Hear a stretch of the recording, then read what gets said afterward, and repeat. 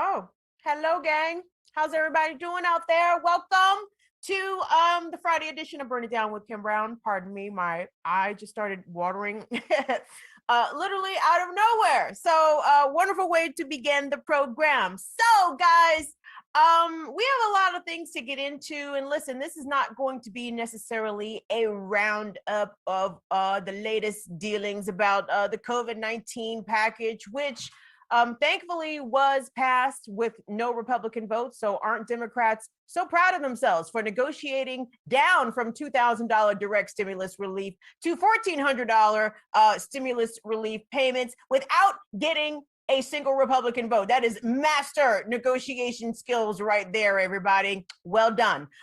But today's program is going to be more so about how the media mainstream, some of y'all favorite cable news hosts and pundits. I know y'all watch Morning Joe every morning. Y'all bunch of Morning Joe watchers. What else do y'all watch? Y'all watch Lawrence O'Donnell at night, Maddow. Yep, I know we got some Maddow viewers. I am being facetious. Howsoever, the media runs a lot of cover from the national cable networks to the local network affiliates in a city near you. They are constantly running cover for shitty politicians, shitty and abusive and murderous police, and of course, the rich and powerful corporations. And today's program, we are going to take some time, address some of these examples and issues, and get into how the media's general lack of diversity problem feeds into why they are so very bad at covering a lot of stories. Think about all the wonderful fawning feature pieces that we saw over the past 5 years of a number of notable white supremacists. And maybe we should see it from the white supremacist side because they got a haircut and put on a suit. Get the fuck out of here. So anyway, I want us to kick off the program with a quick montage, if we could, of America's governor, at least he was, had a lot of people calling themselves Cuomo-sexuals. I said, you niggas have completely lost y'all damn mind. If y'all don't get off Andrew Cuomo's dick immediately, no one wants to hear that bullshit. But Andrew Cuomo is under fire, justifiably so, not only for now 6 young women who worked for him or under him at some point in time, alleging that he was being inappropriate with them, either ranging from comments to actual touching and kissing, just being a very, very bad guy. And the fact that he misrepresented the number of COVID deaths in New York State, people who actually perished in nursing homes, got that number off by several thousand. So double shame on him, and many are calling for his resignation now. But that didn't stop your favorite cable news network. I know y'all watch CNN. Y'all love Chris Cuomo. Be honest. Hands up. Y'all watch Chris Cuomo and Don Lemon. Those are y'all people. Anyway, Chris Cuomo is Andrew Cuomo's brother. They come from a very famous and connected political family, going back a long time now. And this idea of them sort of being like the Smothers Brothers duo was very popular in mainstream America during the course of this past year during the COVID lockdown. So if we could take a quick little montage, view at the montage of how the Cuomo brothers like to yuck it up. But we're going to lead off with Jimmy Fallon just slobbing Cuomo all the way down on Late Show with Jimmy Fallon. Tune in if we could take a look at that, please. Cuomo, welcome to the Tonight Show at home. I really appreciate you doing this. Thank you so much. I know how busy your schedule is, so this really means a lot to us for you being here. Thank you. My pleasure. Thanks for having me, Jimmy. And I just want to say on behalf of just me, but my family, but New Yorkers, bigger than that, the world, thank you for your leadership, because, man, I right out of the gate, you were there for us, and I go, oh, you're smart, and you were honest. And I know politicians, everyone does what they have to do, but you came across so honest, like, no, I'm telling you everything there is to know, boom, boom, boom. And I was like, oh, he's doing it so perfect. I love this. It's honestly gone global, and now the world is watching it. You know what? I understand. This is the normal swab I'm holding up here now for everybody at home. A very valuable object. There's only one company in the entire country that makes these up in Maine. All right, here's the swab. Is it true that this was the swab that the nurse was actually using on you, and that at first it went into your nose and disappeared, so that in scale, this was the actual swab that was being used to fit up that double barrel shotgun that you have mounted on the front of your pretty face? See, I said I was going to be nice and sweet. I just and want a yes, no. cooperative, and I Was it trying. this I was trying or was it very this? hard. Look, Which was it? false. Do you think False. that you are an attractive person now because you're single and ready to mingle? Do you really think you are some desirable single person and that this is not just people's pain coming out of them? I think beauty is in the eye of the beholder. Listen to you. You got an answer for anything. You're feeling pretty good about That's yourself these days. All right. Before we start tonight, let me say something that I'm sure is very obvious to you who watch my show. And thank you for that. You're straight with me, I'll be straight with you. Obviously, I'm aware of what's going on with my brother. And obviously, I cannot cover it because he is my brother. Now, of course, CNN has to cover it.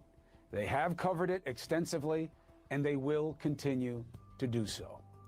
I have always cared very deeply about these issues, and profoundly so. I just wanted to tell you that. There's a lot of news going on that matters also, so let's get after that.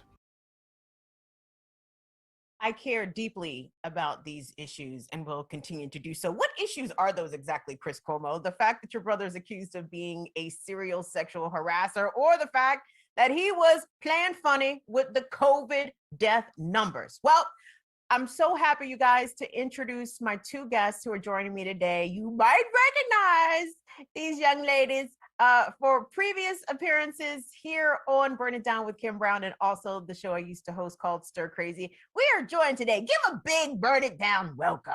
We are joined today with Lisa Snowden-McCray. She is the managing editor and Baltimore editor at the Real News Network. Lisa is also the editor of the Baltimore Beat. She's been working in news for over 15 years. She specializes in reporting on race, policing, and Baltimore City. She's also the editor, as I mentioned, of Baltimore Beat, which is a nonprofit news outlet in Baltimore City. And we are also joined today with Justine Barron, who is an independent journalist and writer. Justine co-investigated the Freddie Gray murder for the Undisclosed podcast and has since written several deep dive investigations into Baltimore policing, including the death of Detective Sean Suter and mayoral candidate Thiru Vigna-Garash, and a whole lot more.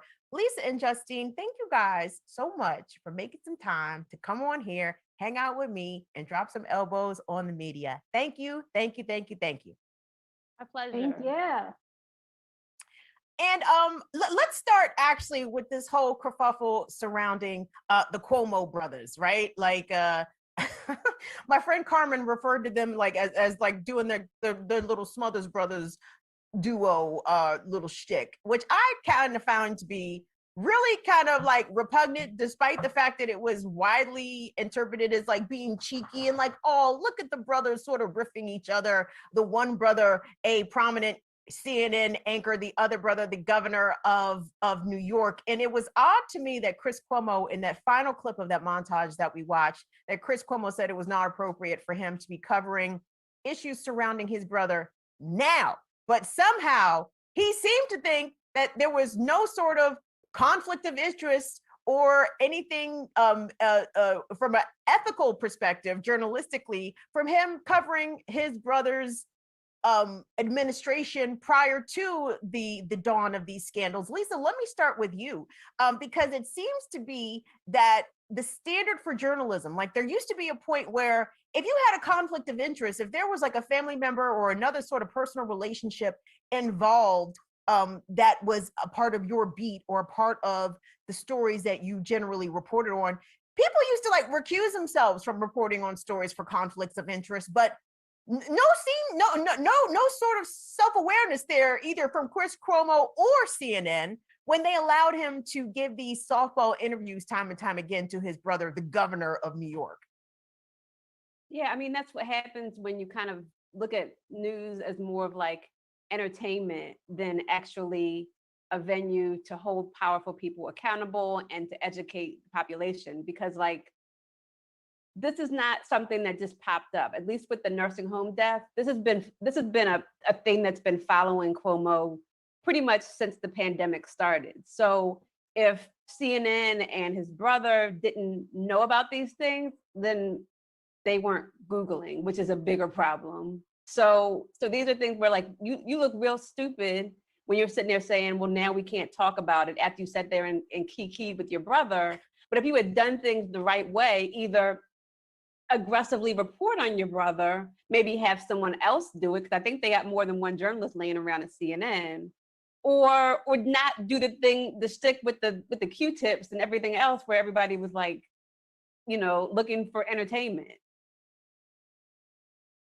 Justine, I was looking for news clips and different clips to illustrate this example of the absurdity and really malpractice of journalism that CNN committed and allowed Chris Cuomo to commit time and time again on the national airwaves, interviewing his brother Andrew. And I was getting Entertainment Tonight clips. I was getting Late Night with Stephen Colbert clips. Like, people really seem to be, as Lisa said, finding a lot of entertainment value in the shtick of the Cuomo brothers. But when you have this extremely sort of chummy journalistic relationship or personal relationship between journalists and public officials, and this is not the only kind. I'm thinking of also NBC News' Andrea Mitchell being married to Alan Greenspan, who was the former chairman of the Federal Reserve, and there's a lot of these like overlapping sort of relationships. Former MSNBC anchor Chris Matthews was married to Kathleen Matthews, who was once the head of the Maryland Democratic State Party. I thought that was a huge conflict of interest. But people don't seem to give a fuck these days, or do they give a fuck? And is it actually the news outlets who don't give a fuck? They want to give these continued appearances of being, having these laps of power, sort of these threads of power, like overlap each other. No, I mean, I think that's how you get the job.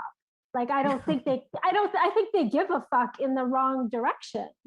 You think Chris Cuomo is some kind of fascinating, sterling, intellectual prize reporter? No, they're not going to hire Lisa or me until we fuck a governor. Like, that is the requirement for the job, is who you know, and that's how you get it, and that access. Listen, Lisa and I, we follow a lot of these shitty Maryland reporters, and Erin Cox was hired at the Washington Post, and you can read, she is a Larry Hogan sycophant. She will never report anything bad on him unless she can get a co-byline in there to get her hands clean. And she's posted stuff on Facebook on her personal page, just talking about what a great guy he is. And if you read the bio on the Washington Post, they hired her because she had a special connection to this up-and-coming governor. Like, so that is the requirement for the job. And that is why Lisa and I are independent journalists. And we appreciate the work of the independent journalists that are out here. Justine and Lisa absolutely included in that. And but thank you for bringing up what's going on in Baltimore, because for those who follow Baltimore Twitter, there is a lot of criticism today aimed at both the so-called paper of record for Baltimore City, the Baltimore Sun, and the Fox affiliate in Baltimore, Fox 45. Both do not have sterling reputations for hard-hitting journalism in the city, at least. And the issue surrounding the story that was on Baltimore Twitter today has to do with a 14-year-old who has been charged with murder. And what happened was, because that this 14-year-old has been charged with murder as an adult, Baltimore City Police released this juvenile's name. However, it is long practice for journalists going back a long time, and many journalists are trained this way to not disclose the names of juveniles, people under the age of 18 who are charged with crimes. Now, Lisa and Justine, help me out with this because it's been a long time since I was in J school. I mean, but that's not necessarily that is a style option that has long been implemented like as standard journalistic protocol. Talk to us about why you are not supposed to name juveniles, even if they have been charged as adults. Lisa Snowden-McCray. Here's what I said when I saw that. Number one, and Justine can probably talk a little bit more because she does a lot more in-depth crime reporting. But from what I understand, a lot of times when young people are initially charged as adults, they can eventually have that, like, it can be knocked down to where it's covered in juvenile court. So that's one thing. So like the kid's name is already out there. So if it gets knocked down, it's still out there in the world that this boy was charged as an adult. Another thing is, like, we know because of the lived experiences of many, many Black Baltimoreans, and also as a result of the DOJ investigation that happened right after a year or so after Freddie Gray's death, that police lie. Like, Baltimore police lie. And so it's not fair to wager this young person's life against a powerful and corrupt department. And so, like, there are things that they could have done. Like, you know, Justine and I, if you follow us for any amount of time, you will see that we have lots of criticism for the Sun. And like, there are ways in which the Sun is now trying to kind of frame itself as this community paper. They were under Tribune, which is, if anybody knows about Tribune Media, it's awful for all news everywhere. They're transitioning out of that so that they're going to be a nonprofit. And that, but like the way that they frame themselves is like a Save Our Sun. That was the kind of campaign, Save Our Sun. But who is the our here if you're doing things that continue to hurt Black people in Baltimore? A few weeks ago, because everything goes so fast, I might even be wrong. I think it was a couple of weeks ago where a columnist at the Sun wrote an op-ed because a city councilman by the name of Ryan Dorsey was criticizing the Fraternal Order of Police. So this columnist wrote this thing, you know, kind of shaking his finger at Ryan Dorsey and saying, you know, he's basically picking this frivolous fight with the FOP. The FOP is really racist and terrible. And the result of that column is that Ryan Dorsey was flooded with hate mail, including someone who called him a nigger lover.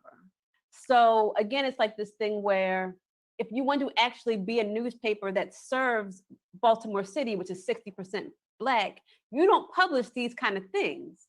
But the last point that I'll make is I was on a panel a few weeks ago that the Baltimore Association of Black Journalists did, and they were talking a lot about Baltimore Black people and violence. And they were noticing that, because this was on like crime coverage, so they noticed that they got a lot of people that are not their usual members logging on, and they were like, it's just weird to us that there's this fascination with crime and Black people in Baltimore. And the thing that I was saying is, like, white people are fascinated with it because, number one, it distracts from themselves, but also, like, there's a lot of money in writing about Black pain and Black trauma and Black crime.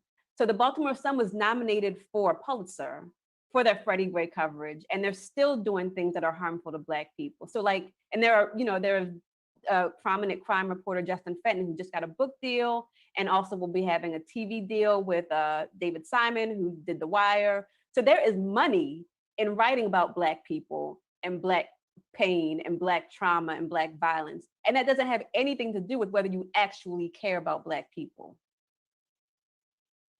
Sorry, I said a lot just now.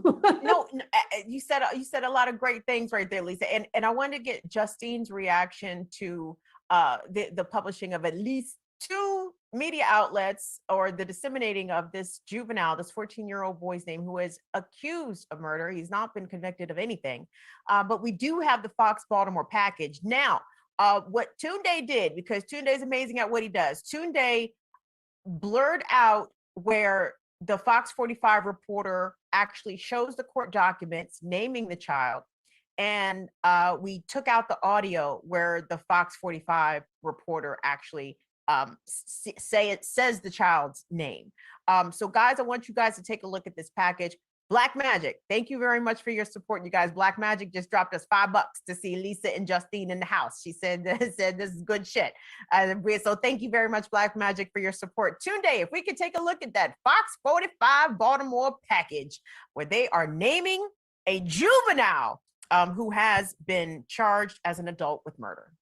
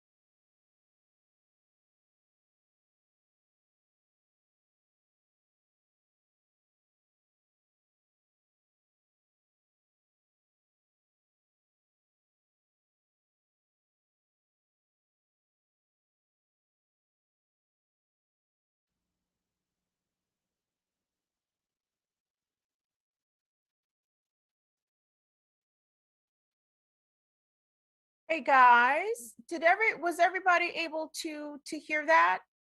Yeah. Well, because Molly just hit me and said that there was no sound, and I'm seeing some folks in the chat also saying no sound. So if you did not get sound, can you hit us with a thumbs down? But don't actually thumbs down on the video, thumbs down in the chat. Because if we didn't, I think we should run it back. Okay, everyone, most people are saying they did not have sound Tunde. So can we run that video one more time, please? Okie dokie. So yeah, as I mentioned, so Tunde edited out the name of the child being spoken. Like I said, the reporter mentioned the child's name twice, and then actually showed, she showed his name and it looked like his address underneath of his name. Did you guys see that? Yeah. I wanted to make sure that I didn't like misinterpret what I was actually watching when I watched the clip unaltered after we made some adjustments, because again, we're not trying to compound the fuckery of Fox 45 Baltimore by naming a 14-year-old who has been charged with murder as an adult, but allegedly, again, because the child has not been convicted in any way. So are we ready to, okay, lots of thumbs downs in the chat. We're getting ready to run this back, guys. Let me know when you're ready, Tunde. Okay, guys, check it out. Mary, police tell us the teens knew one another, and this shooting stemmed from an argument inside a home. 2 lives and many more forever changed. Crime tape marks the home here in Northwest Baltimore where last week 15-year-old Jael Jones was shot. The teen dying days later. Now another teen is charged as an adult with his murder. 2 lives is lost. Neighbor Deborah Jordan questioning how and why. Police say the teens knew one another and got into an argument. Court documents show it was inside the home on a couch where Jones was shot in the head, and witnesses helping lead investigators to Heard the police, the sirens, and then I saw like 6 girls running out the house crying. Jordan also left wondering where the teen got the gun. What a 14-year-old doing with a gun? Fox 45 News reached out to Baltimore police, the department saying before the shooting, officers had been helping the 15-year-old find employment and other pathways away from crime. Commissioner Michael Harrison writing in part, our department is committed to working alongside all of those in Baltimore to break the cycle of violence and bring justice to those that wish to cause harm in our city. Mayor Brandon Scott saying this shooting illustrates the need to address violence with a comprehensive strategy, responding in part one that does not solely rely on police, but that focuses on investing in our young people. They don't have value for life.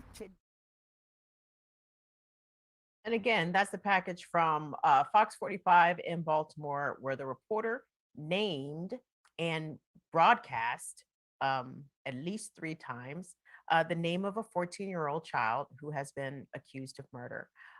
Justine, I saw you replying back to some Sun reporters who seem to be confused or not exactly clear as to why people were criticizing them and questioning their ethics and their motivations for naming this child. Talk to me about what's wrong. What is wrong with this? Because there's a lot wrong. Yeah, so the first thing I want to say is that a lot of times the media is actually worse. They have worse standards than even police and prosecutors. You know, I have a friend who's a former prosecutor, and she was sort of explaining that in the juvenile system, they try to speak about minors as delinquent or not delinquent. They don't even have guilty or not guilty. And as disgusting and horrible and genocidal and ageist the juvenile system is, the media often takes this position of, and I see this all the time in crime reporting, they miss the nuance where even the police department might say, well, this person is still a minor, or we're not going, and they think that they're doing the police's job, and they do the police's job better for them. And sorry, I lost my ear. And then they take it further than the police is what I'm saying, by criminalizing people, by having just absolutely no standards, and by often where a police statement will add maybe sometimes, not usually, but often a tiny bit of nuance, the media will run with the sort of most vile, absolutist version. So I'll tell you about what happened online. Lisa was part of this too. It was a reporter named Tim Prudente, and it wasn't just that people asked him, why did you print this kid's name? But that his argument back, which he just kind of kept on, was, well, where is the line? You know, he was charged as an adult. So he's thinking his job is to mimic criminal justice. And he's not thinking that he has any kind of an adversarial role in terms of the criminal justice system. He thinks that he should take his cues from them. And when he was confronted by a lot of people, largely women, he sort of ignored everyone until a male reporter, a white male reporter, was sort of like, hey, this is why you shouldn't do this. I mean, there were women who were posting the AP style guidelines, don't print the name of a minor. And he ignored all the women that responded. And so, I mean, my takeaway from his responses and everyone else's is founded on years of history dealing with Sun reporters who just never seem to have basic journalistic standards or common sense around any of these issues. And his responses were, I don't get it. Well, what could maybe it's more nuanced, maybe it's fluid. How do we know where to draw the line? And everyone said 18, draw it at 18. What is the question? And so the thing about this reporter is that what they do a lot is they play dumb. They don't do the research because they're just looking for a way to continue to do what they do, which is to speak on behalf of the worst systems, the worst political systems we have, and to do it as if from this pseudo-objective position. And I will say, yeah, so I actually have I think this reporter accused me of fomenting terrorism by criticizing, they are very, very defensive, very unwilling to learn, but constantly posing it as, who could say what the line is, if that makes sense. So sorry It does to go make on. sense. No, it's fine. And I wanted to pitch this to you both, but Lisa, I want you to hop in here because you know this standard practice of police say sort of journalism, right? Which not only the Baltimore Sun is guilty of, but a lot of newspapers and media outlets across the country are guilty of this police say, basically taking the police accountings of an event as fact, as this is what actually happened. Whereas Lisa, you pointed out, very accurately and astutely earlier on in the conversation, according to the Department of Justice's own consent decree on Baltimore City Police Department, finds that the police lie all the fucking time. If they're talking, if they're breathing, chances are the cops are up there telling a goddamn lie. But so many journalists want to be, well, I don't know if they want to be police stenographers, but they come across as openly being police stenographers and then wonder why they don't have the community trust, as a lot of people who live in Baltimore City absolutely do not trust the Baltimore Sun. But this, I mean, this can be extrapolated out to a national level too, because we see a lot of national journalists basically take the U.S., Pentagon's position on, if there's a military aggression against another country. Recently we had the flyover Syria where there were missiles being dropped. Like there was no questioning as to why that happened or whether or not this was a good reason that happened. The military said that shit was going down. So, okay, I guess the U.S. did what they had to do. But talk to me about this practice, this bad journalistic practice of police say. Yeah, I mean, journalism is founded in whiteness, so it's going to serve white people. The thing I want to kind of to answer this, I want to both shout out the Black journalists and the journalists of color at the Sun, because they're not the ones doing this. There are people, but also Black journalists and journalists of color all over our country, because in addition to doing the very hard work of journalism, they are the ones that, if there is to be any change, they are the ones that are leading this kind of charge to change things. I was on a panel, I think we together were at, what was it? One of those journalism conferences last year.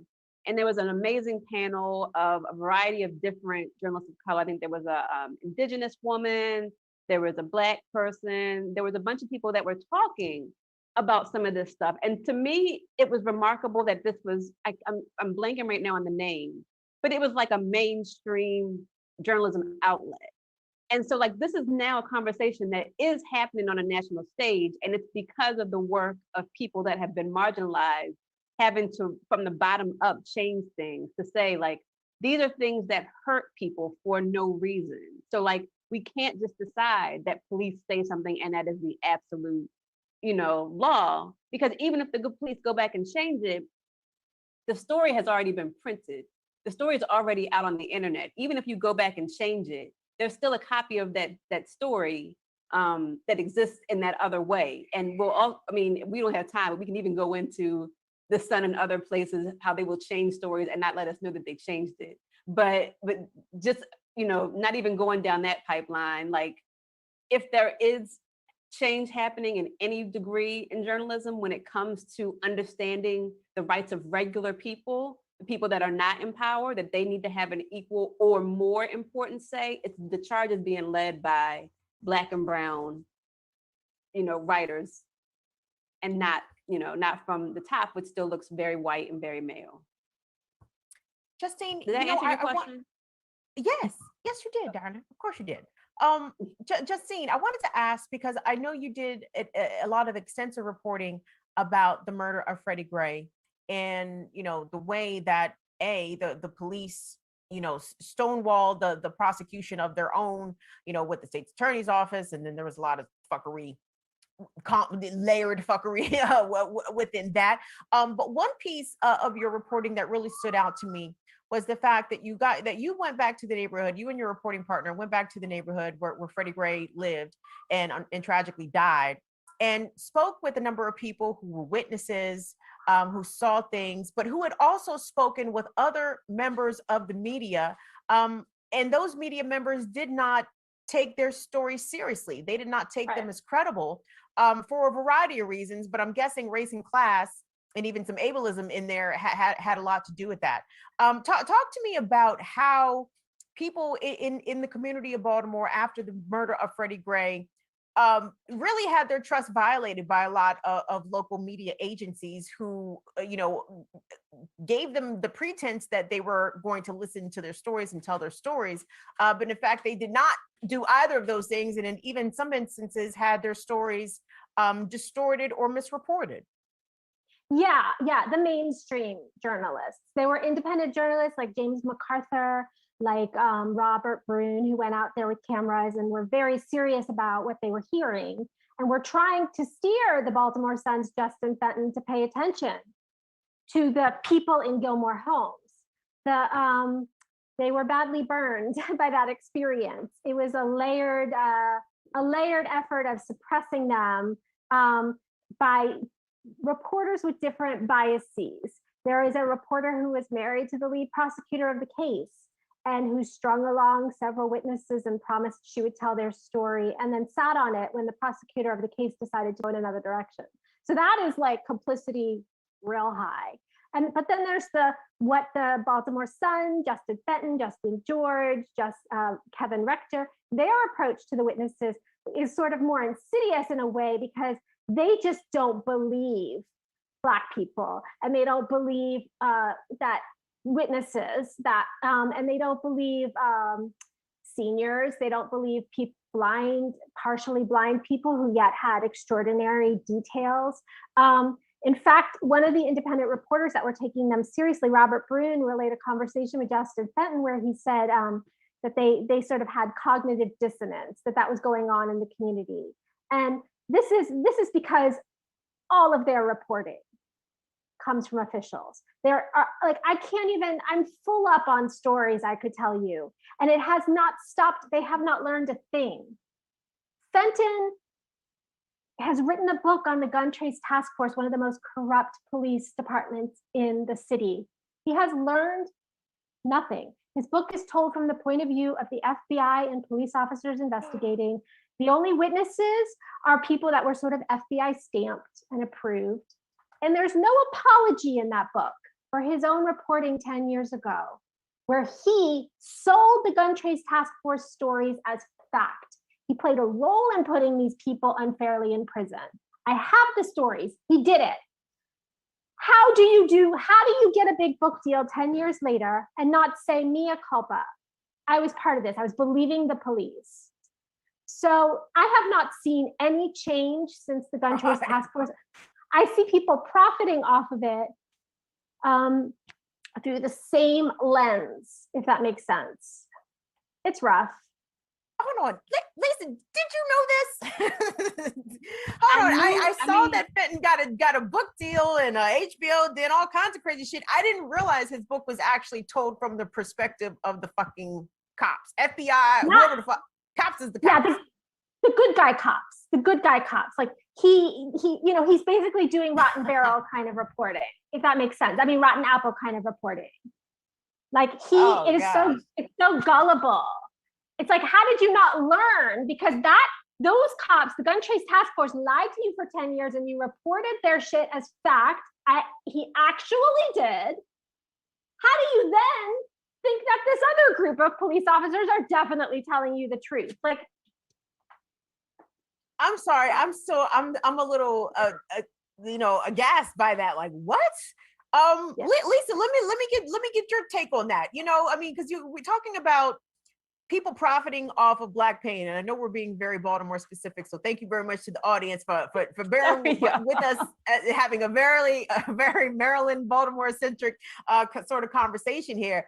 I'm Maine, but I mean, as lauded as The Wire was by David Simon, I'm like, okay, so we're going to get another one of like those kinds of things here. And why is it that like these white men keep getting tapped to tell Baltimore stories, but maybe it's me. What are your thoughts here, Lisa? The people that are hiring them are white men also.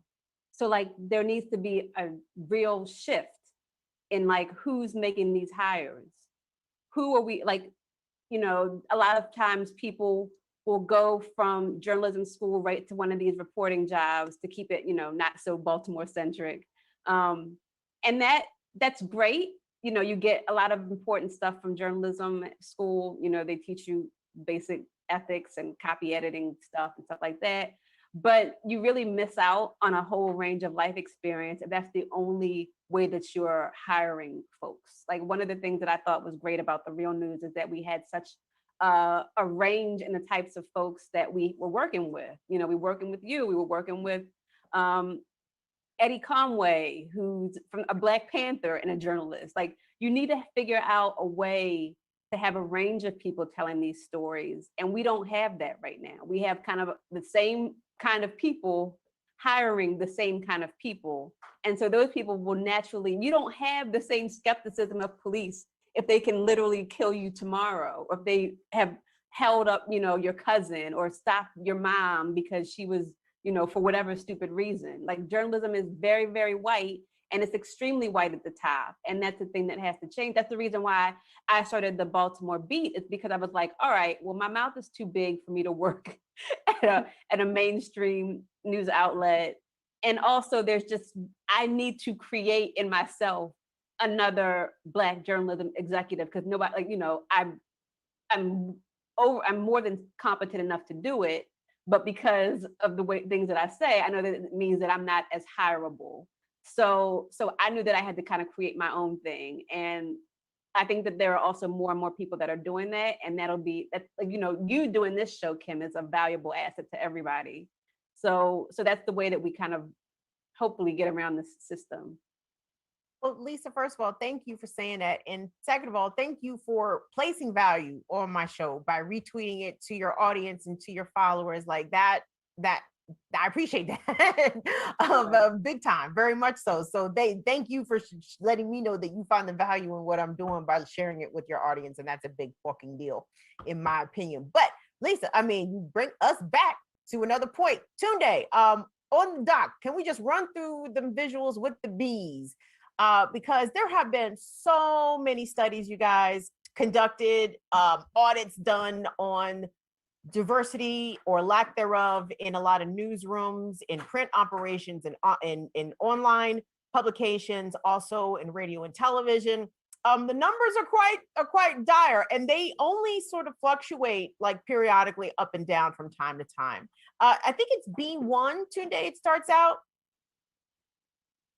Right. Okay. So I think this was done by the National Association of Black Journalists. Black employment at newspapers declines steeply over the past 10 years. The numbers are way, way down for Black journalists, not only Black journalists at newspapers, but Asian journalists as well, Hispanic journalists as well. You see, it has just been a downward trend at Black for Black journalists working at newspapers. Can we get the next one of those, Tunde?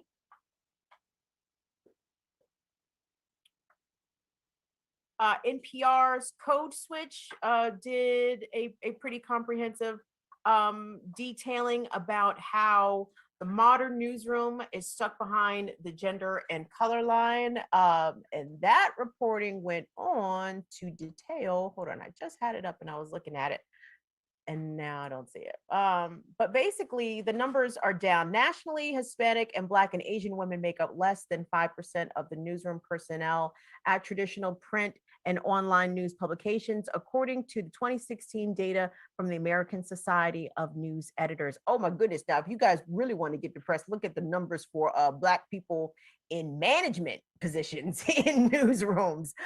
It just goes on to get worse. The Columbia Journalism Review did a comprehensive study. Decades of failure is the headline there. 17% of US newsroom staff is not white, which means that a very big number of them are overwhelmingly white. And I've worked in a variety of spaces. I've worked in majority black shops and some diverse shops and some majority white places where I was the only Black person there. So I've pretty much seen it all. But I understand why so many news outlets generally get our stories wrong. They get stories wrong about police violence. They get stories wrong about sexual assault and sexual harassment all the time. And Justine, you know, the lack of diversity, as Lisa pointed out, it's usually white men making the hiring decisions and choosing to hire other white men. But is there another solution besides non-white males creating their own media spaces? Like, I mean, can we kill these existing media outlets by starving them of attention and perhaps hoping that they die a very quick death so that all their, you know, misogynist fuckery can just finally go away and be done? Or are there other solutions? Can we work with them? Do we have to choose violence, or should we choose violence? Oh, wow. So many questions. Before I answer that, I do want, no, it's cool. I want to say, you know, the situation for Black and Brown representation is serious, especially because so many of these outlets profit on crime and they are the primary people affected by policing. But we have other categories. You know, I've written recently about coverage of the COVID pandemic in relation to disabled people. And there are literally there's no disabled beat and there's no disabled reporters who are getting paid. And there's amazing disabled voices. And so when they talk about disability, it is, you know, an us versus them mentality similar. And we see this also with, for example, sex workers and, you know, women in general that are not economically empowered. And I think the trend away from diverse newsrooms is reflective of economic inequality and the consolidation of wealth and power in this country, because it's gotten worse. And so when that happens, we have to consider that news outlets aren't what we think they are. They may have been at times, but they are functions of the state and of power. So when you say, you know, can we hope they'll die out? We have to keep fighting and resisting and creating. But I have no hope, because as long as there is, you know, power, there is going to need to be mouthpieces for it. So.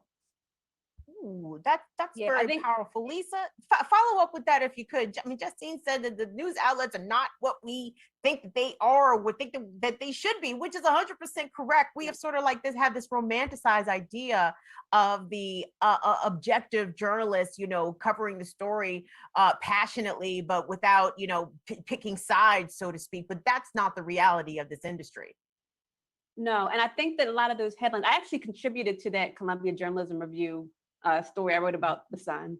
But like a lot of those headlines really give a lot of cover to newsrooms and editors. They make it sound passive, like, oh, it's a thing that they have to struggle with. They just can't find women and brown people to hire. That's absolutely ridiculous. A woman was trying to give that an editor at I don't know what paper, maybe the Pittsburgh paper, was like, you know, we're working on it as far as like diversifying their staff. It is 2021. Like, we've been able to write for a long time, and newspapers are able to do a lot of things. They're able to still be in production, even though all of them are circling the drain. They're able to make things, you know, on deadline every single day. They're able to communicate effectively, which, Kim, you know, that's hard to do in a group of people. and so you can do all this stuff. You can check all these boxes, and then year after year after year after year, you can't figure out how to hire more Black people, more brown people, more disabled people, more women, more trans people. That's absolutely ridiculous. And also, I think that, like, I'm pretty hopeless also, but one of the reasons why I like having Twitter and why it's so important to me is I really feel like one of the things that we can do if we have a platform is to inform people about, you know, journalism and news. They are not, everyday people are not passive participants in the news making process. When you sit down and write a letter to the editor of your local paper, more likely than not, especially now that everybody's broke, they are going to pay attention to that. People can really look at organizing against bad news in the same way that they organize against a lot of other things. And actually, we saw that this summer with a lot of the protests that kicked off after George Floyd's death, where people showed up at CNN's offices. Like, you can do that because you are the people that fund these people. When Fox gets too crazy, there's always that kind of funnel of people that are all of a sudden not buying ads on Tucker Carlson's show or whoever else. That's money that people don't want to lose. So like, I try to let people know, this is what I learned sitting in journalism class. This is what this person is doing. It doesn't match up. These are not the these people should be doing to serve you. And then it's kind of the same way as I report anything else. I can let you know that something's bad, but it's up to regular people to decide whether or not they're going to do anything about it. Afraid Not and Ratchet says pro corporate. Oh, it went away. God damn it. Sorry. Afraid Not and Ratchet. We appreciate the comment, honey. We appreciate that. Guys, thank you very much, Lisa, for bringing up Twitter, because the last sort of point I wanted to hit on whether or not, media outlets, personalities, journalists are responsible / being held accountable for the shit that they say and do, and for the shit that they report and choose not to report upon. I wanted to take us to the case of the Brooklyn Dad. You guys familiar with this big lefty account? God damn it. If it wasn't for me doing the show, I still would not know who Brooklyn Dad was or Jimmy Dore. And I think I was better off for it. I was very glad not to know who Jimmy Dore was, nor do I give a shit about Brooklyn Dad. But I care in the instance, and of course I know everyone who's watching us right now is probably familiar with this, but Brooklyn Dad, this big lefty account, nearly 900,000 followers, supposedly a part of the resistance against Donald Trump, but it has been reported this week that a political action committee, a super PAC, with some connection to either the Democrats or to the Biden folks specifically, was actually paying Brooklyn Dad to tweet favorable things, I would imagine, about Joe Biden. But as part of that favorable Twitter representation came attacks on people who had made accusations of sexual harassment against Joe Biden, including his accuser, Tara Reid.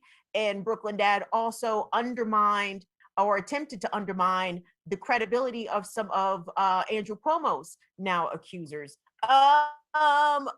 Justine, if you are a person, an influencer, a big personality on Twitter, and you're receiving money from a PAC or a political party or even a specific campaign, are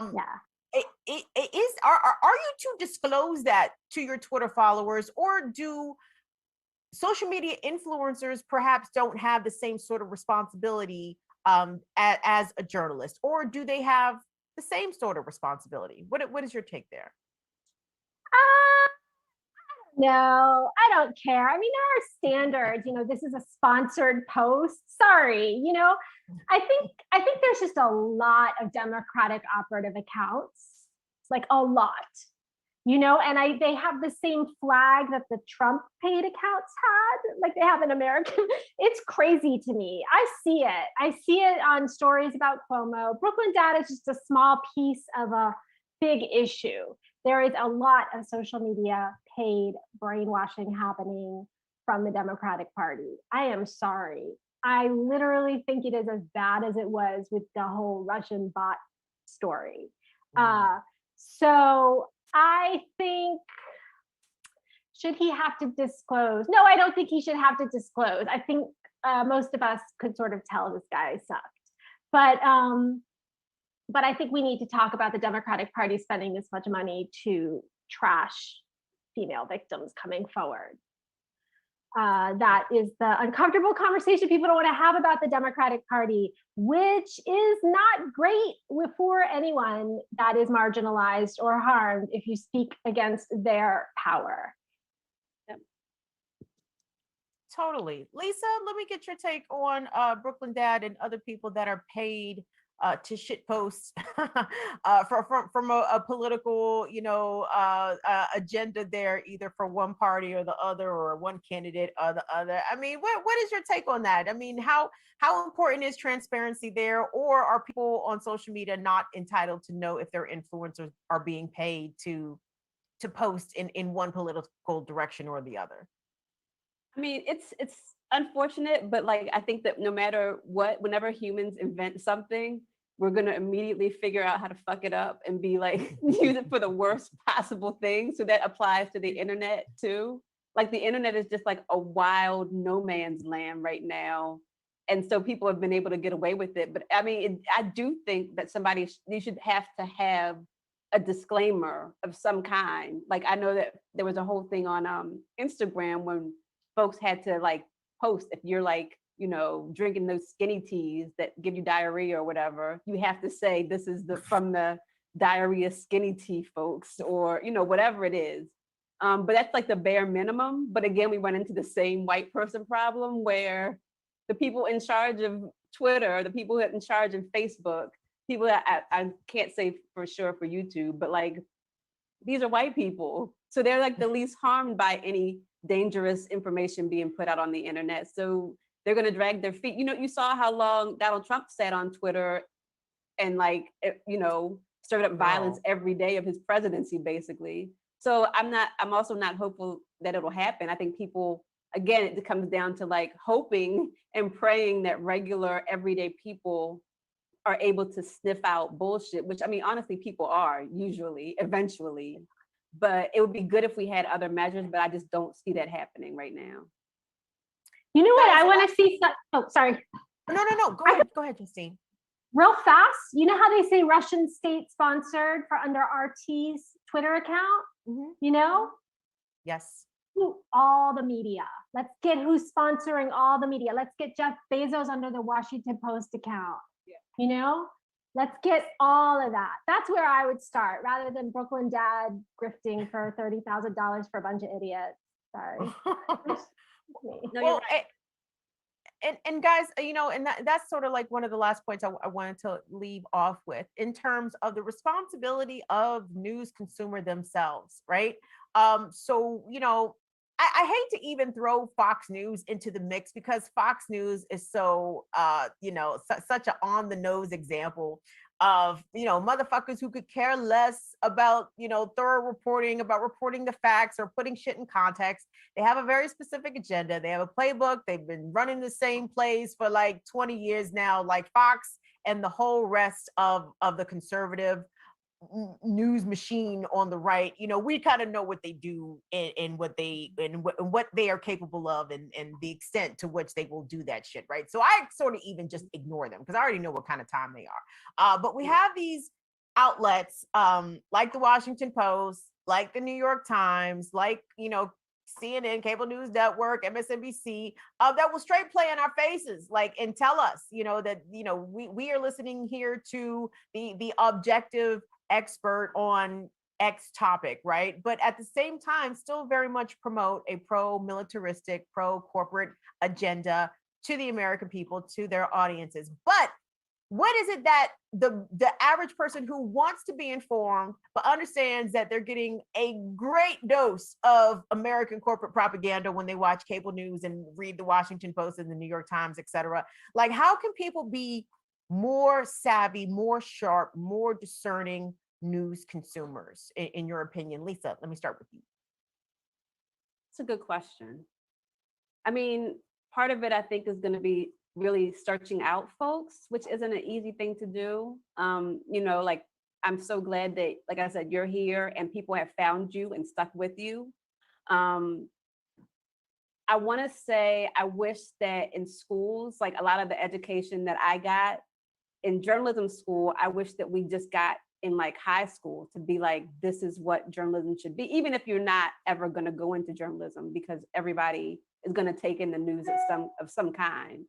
I wish I knew a better way to pipeline great people, but I will say, once people have found great people like you, Kim, like, you know, Kim Kelly, like people that are out there doing good work, figure out how to support them. So for you, it's like supporting, making sure that you are watching the show and contributing to the Patreon. If people have, you know, Patreons, do that. Click on their stories and share them, because we still live in a capitalist world and everybody got to eat. And unfortunately, well-produced, good news that actually is giving you, you know, information you can use, somebody got to pay for that. I wish I had a better answer. No, I mean that's legit. I mean, a lot of independent journalists and news outlets, media outlets, independent outlets are not well resourced, right? And maybe they're not able to bring you the kind of stories that they, would like to bring you, but everybody got to start off little, and hopefully they'll be big one day. Justine, what are some of the ways that people can amplify the reporting that they do like, but at the same time, like I feel like shitty reporters and shitty outlets and people covering stories from a shitty angle still very much need to be called out. So do we still have to watch the bad news to know that they're reporting bad news to be able to call them out on it, or should we just not watch them at all, ignore them, and hope they die of attrition? I don't think everybody does. I will, because it feels like a calling to me to do media criticism. It's really important. I feel like the media is powered in terms of the spectrum of people that we consider problematic. I think we forget to put the reporters and the editors in there, next to the politicians, police, etc. What I would encourage everyone to do, besides just trying to find diverse voices on social media, is to become journalists of their own lives, or the topics that interest them.